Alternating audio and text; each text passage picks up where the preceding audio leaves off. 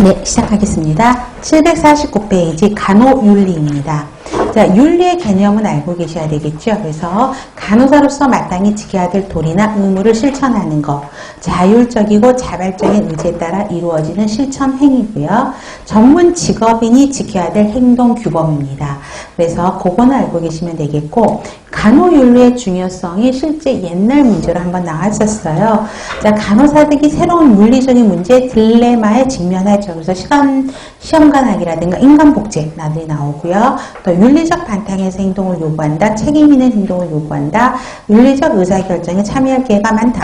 근데 5번이 시험 문제 나왔죠. 간호사의 책임이나 한계 범위가 명확한 게 아니라 명확하지 않기 때문에 윤리가 더 필요하다라는 이게 시험 문제고, 또 최근에는 옹호자 역할을 굉장히 강조하죠. 그래서 국시에서도요, 간호사 역할이 굉장히 많잖아요. 근데 그 역할이 항상 옹호자 문제가 많이 나와요. 그래서 옹호자 역할이 강조되고 있어서 라고 기억하시면 되겠습니다. 그 다음에 윤리적 개념으로서 돌봄 그냥 한번 읽어보셔도 되겠고요. 윤리와 관련된 국제적인 내용이 사실 국시에서 나오는 거지 공무원 시험에서는 나오지는 않습니다. 니른베르크 강령이요. 인간 실험에 대한 지침서여서 자발적인 동의가 없으면 어떤 실험도 할 수 없다고 그러죠. 그래서 요즘엔 동의받는 게 굉장히 중요하고요. 제네바 협약이 부상병, 조난자, 포로, 일반 주민 등의 보호를 목적으로 하고 있고요.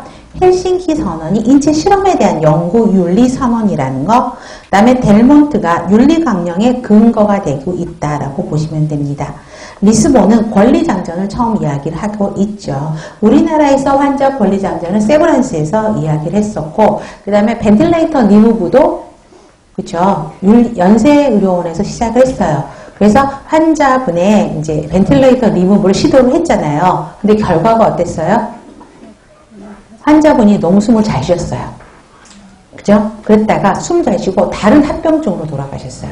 그러니까 벤틸레이터를 또 빼자. 그쵸? 벤틸레이터를 리무브하고 법으로 강제 합성을 띄지 말자. 보호자들이 동의하면 벤틸레이터를 리무브 하자라고 했던 이야기가 쏙 들어갔어요. 왜? 환자분이 소음 너무 잘 쉬었어. 리무브하고. 그런 문제가 있었던 거죠. 그래서 아직은 벤틸레이터 리무브에 대한 거는 말을 못 꺼내고 있어요. 그 다음에 임상실험 심사위원회 IRB가 시험 문제 한번 나왔었던 적이 있죠. 그래서 인간을 대상으로 수행하는 연구에 대해서 검토하는 위원회를 둬라라고 하는 게 임상실험 심사위원회였고요. 자, 753페이지에 자, 기관생명윤리위원회가 14년도 지방에서 얘가 갑자기 툭 튀어나왔어요. 왜? 그때는 이게 활성화가 됐던 때예요. 그래서 인간 또는 인체 유해물을 대상으로 연구에 참여하는 연구 대상자의 권리, 안전, 복지, 보호를 위해서 독립된 만들어진 윤리위원회다. 그래서 각 지방 문제가 가끔씩 한두 문제가 이렇게 툭툭 튀어나와요. 한 번도 안 나왔던 문제들. 그 다음에 특히 목적 보세요. 인간 존엄성 가치를 침해하거나 그 다음에 인체에 위해를 끼치는 것을 방지함으로써 생명윤리 안전을 확보한다. 국민의 건강과 삶의 질 향상에 이바지함을 목적으로 한다. 이게 나왔었고요. 그 다음에 구성 및 뒷페이지 운영이 시험 문제 나왔어요. 그래서 저는 이런 숫자 굉장히 싫어하거든요. 위원장 1명, 5명 이상의 위원. 이건 우리가 알 필요가 없잖아. 그렇죠? 근데 요거 나왔던 것 같고요. 하나의 성만으로 구성될 수 없다. 그러니까 남자끼리만 여자끼리만 되면 안 된다고 위원회 멤버가. 그 다음에 사회적 윤리적 타당성을 평가할 수 있는 경험과 지식을 갖춘 하나 한 명 이상과 그 기관에 종사하지 않은 사람도 반드시 포함이 돼야 되나 봐요. 한 명 이상이 포함이 된다. 그래서 기업번이 시험 문제에 나왔었고요. 그 다음에 디귿번이 나왔었죠.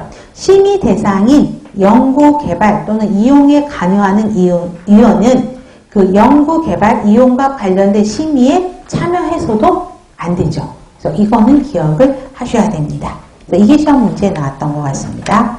그 다음에 다시 752페이지 넘어가서 자, 생명윤리와 생명윤리위원회에서 특히 뭐 생명윤리의 대두 배경은 그냥 흐름으로도 여러분들이 보시면 되겠고, 요즘에 문제되고 있는 게 인공임신 중자, 아직까지도 이렇게 지금 시끄럽죠. 허용하느냐, 환자의 여성의 입장을 들어주느냐, 뭐 이게 굉장히 문제가 심각하죠. 안락사 문제 굉장히 이것도 시끄럽고요. 장기 이식 복제약, 특히 안락사 문제는 여러분들 최근에 뉴스 보면 노인들이 안락사 수술하는 거 많이 보셨죠. 한 사람이 할아버지도 어떤 장기 질환을 앓고 있는 캔서셨던 것 같은데 할머니를 십몇 년 간병하셨대요. 근데 할머니의 증상이 더 심해지고 집에서 하니까 할아버지가 할머니 사망시키고 살인하고 할아버지가 약 먹고 유서 쓰고 약 먹고 자살 시도하셨잖아요. 돌아가셨잖아요. 자, 그런 일들이 너무나 지금 많아요.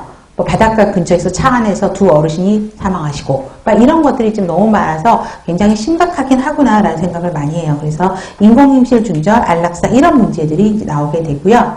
병원윤리위원회 역할이 한번 나왔었어요. 그래서 병원 직원과 학생 교육을 담당한다. 해결책을 제시하고 윤리적 측면을 검토하고 사례 집단회를 개최하고 필요한 자원들을 제공한다. 이런 흐름만 알고 계셔도 됩니다.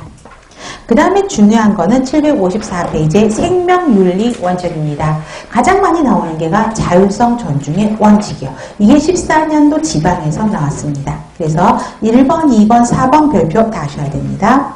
자, 스스로 선택한 계획에 따라서 자신이 어떻게 행동할 것인가 방향을 결정하는 행위로 개인이 갖는 자유권이고요. 그 다음에 시험 문제는 2번과 4번이 많이 나옵니다.